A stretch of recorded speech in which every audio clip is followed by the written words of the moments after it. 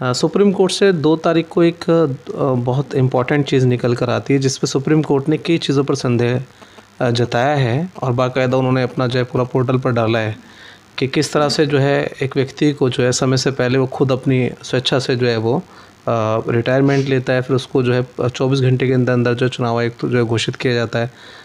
लगभग 28 लोगों में से शॉर्टलिस्ट करके 4 लोगों में से सबसे कम उम्र के व्यक्ति को इतनी बड़े पद पर बिठा दिया जाता है और जिसके अंदर बहुत सारे सवाल खड़े हो रहे हैं। उसके विषय में सर क्या कहना चाहेंगे आप? नहीं, अगर कोई यंग आदमी आकर इतनी बड़ी संस्था का अगर हेड बनता है तो ये तो हमारे लिए गौरव की बात है।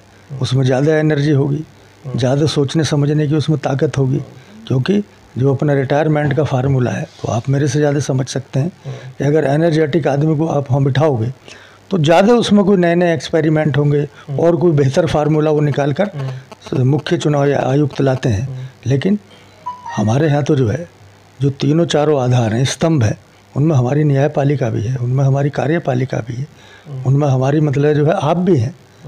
तो वो उन्होंने वो कोई उसके लिए कोई वर्डिक्ट नहीं दिया है, क्योंकि अपोजिशन की पार्टी जो है जो पहले वो खुद काम करती थी, जिनके रिजीम में भी ये सब काम होता था, तो लेकिन उनका क्या है कि कड़वा कड़वा थू और मीठा मीठा गप करने वाली जो उनकी आदत है वो उससे बाज नहीं आती।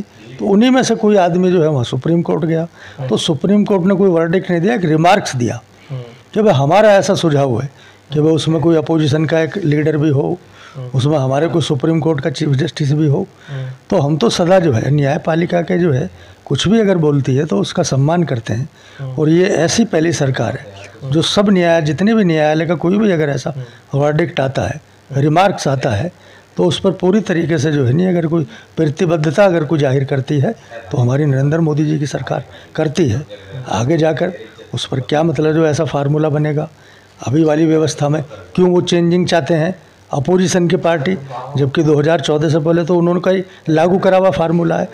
इस पूरे हिंदुस्तान में अभी जितने भी कानून ऐसे हैं उन सबके अगर कोई जन्मदाता है तो 60 साल से तो कांग्रेस ही पार्टी है, उन्होंने ये सब व्यवस्था बनाई है। अब वो अपनी ही व्यवस्थाओं पर खुद सवाल खड़े करते हैं, तो अब इसका मैं क्या जवाब दे सकता हूँ?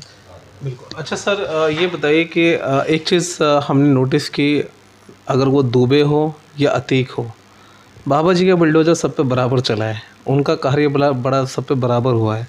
लेकिन सवाल दुबे के लिए भी और सवाल अतीक के लिए भी एक उठता है कि उसमें जो निर्दोष बच्चे हैं या जो घर के अंदर शरण रह रहे हैं उनकी क्या गलती है सर? उसको चाहे फांसी चढ़ा दो जो दोषी है। नहीं, मैं सबसे पहले तो जो है आपके चैनल के माध्यम से जो हमारे उत्तर प्रदेश की 25 करोड़ जनता है वो आज अपने को एक इतना अच्छा एकदम शांति का माहौल, एक दूसरे के साथ मिलकर रहने का माहौल, और ये जो चंद नाम आपने लिए हैं उनका जनता से कोई ताल्लुक़ नहीं है। उन्होंने उन्हीं जनता का खून चूस कर अपने अपने किले बनाए थे, अपनी अपनी हवेलियाँ बनाई थी, और वो जो अपने को मतलब मालदार और अपने को सुपर साबित करने की उन्होंने कोशिश की थी, इसी गरीब जनता को लूट कर खसोट कर उन्होंने अपना एम्पायर खड़ा किया था। अगर आज हमारे उत्तर प्रदेश के लोकप्रिय मुख्यमंत्री योगी आदित्यनाथ जी अगर उन पर कार्रवाई कर रहे हैं तो उन्हीं आदमियों के पेट में दर्द हो रहा है जो उनसे अटैच थे, जो उनको शरण देते थे, जिनके पेड़ में वो फले थे, जिनके पेड़ में वो फूले थे। कहीं भी कोई आम जनता का एक भी नागरिक जो है इन सब चीज़ों की कार्रवाई के विरोध में नहीं है।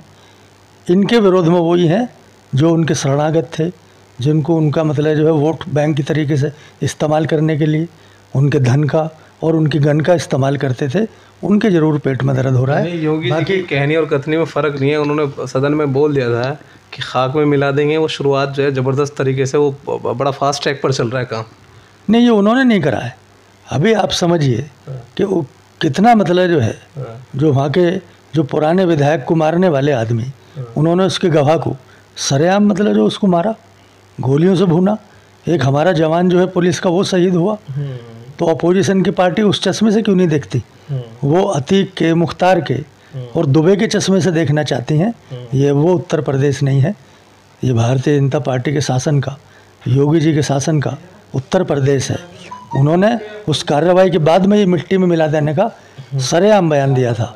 उस टाइम हमारे जो है माननीय अपोजिशन के लीडर जो थे वो अपनी चेयर पर नहीं थे, उस टाइम वो वहाँ से फरार थे। विधानसभा में वो सामना उन सवालों का और जवाबों का नहीं कर रहे थे जो वहाँ पर जो है हमारे मुख्यमंत्री जी उनसे पूछना चाहते थे, तो वो नदारद थे। बाद में आकर वो अपनी जो है लिख कर पढ़ के चले गए। तो अगर कानून का अगर किसी शासन उत्तर प्रदेश में अगर है तो यहाँ की 25 करोड़ जो आवाम है वो पूरी तरीके से भाजपा की सरकार के, माननीय योगी आदित्यनाथ जी की सरकार के साथ जो है चट्टान की तरीके से खड़ी है। और आपने देखा होगा 17 के बाद में 22 में अगर उनको मैंडेट मिलने के पीछे सबसे बड़ा अगर कोई लॉजिक है कि इस उत्तर प्रदेश में शांति है, पूरे देश में मोदी जी के शासन में शांति है, तो सब आदमी चैन की सांस ले रहे हैं। अपने रोजी रोजगार और देश की तरक्की, प्रदेश की तरक्की, अपने गांव और ज़िले की तरक्की के लिए वो पूरी तरीके से काम कर रहे हैं। पहले क्यों नहीं, मतलब जो बिजली गाँवों में पहुंचती थी, पहले क्यों नहीं जो है वो हर गांव में सड़क पहुंचती थी, आज क्यों ये सब मुमकिन हुआ?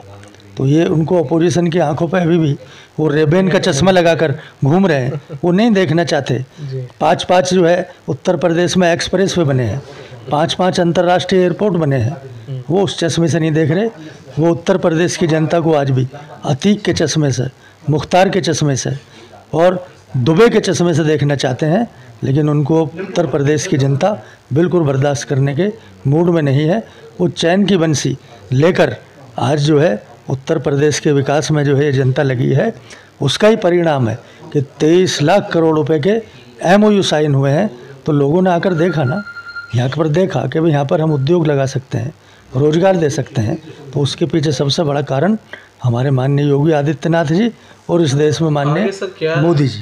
मुस्लिम उत्थान समिति संघ के आगे क्या ऐसी रणनीति है जिसको लेकर आपको लगता है कि आप एक विशेष पार्टी के लिए जो है मुस्लिम समाज को जोड़ने का जरिया बनेंगे?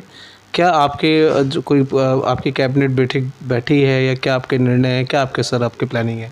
बस वो शॉर्ट में बस। नहीं, हमारा आज जो प्रेस कॉन्फ्रेंस करने का मकसद ही ये था। हमारी राष्ट्रीय पदाधिकारियों की बैठक हुई, प्रदेश पदाधिकारियों की बैठक हुई, हमारे ज़िला लेवल तक के उसमें जूम जो है बैठक में हमारे सब जुड़े, और उसमें ये सबका आज ये निष्कर्ष निकला पूरी टीम का कि भाई हम जो है 2024 के लिए आज से जो है अपना अभियान जो है हर घर हर दर जाने का शुरू कर रही है हमारी संस्था। और पसमानदा मुस्लिम उत्थान समिति संघ रजिस्टर्ड इंशाल्लाह 2024 के चुनाव में 350 सीट से ज़्यादा जिताकर, वोट देकर, तीसरी बार उनको प्रधानमंत्री बनाकर फिर इस देश की सेवा का उनको मौका देगी। चलिए, बहुत बहुत धन्यवाद। तो देखिए, ये हमारे साथ थे इरफान अहमद साहब, जिन्होंने हमेशा हमारे चैनल पर आके बेबाकी से जवाब दिए हैं। हमारे जवाब बहुत अपोजिट के भी होते हैं, आम आदमी पार्टी के लिए भी होते हैं, कांग्रेस के लिए भी होते हैं और आम जनता के लिए भी होते हैं, लेकिन हमेशा जवाब बेबाकी से मिलते हैं। आप कितने सहमत हैं अपनी कमेंट में राय दें। यदि आप सहमत हैं इन तमाम चीज़ों से तो उसको शेयर करें, घर घर तक पहुँचाने में इस चैनल की मदद करें। बने रहिए न्यूज़ ऑफ इंडिया के।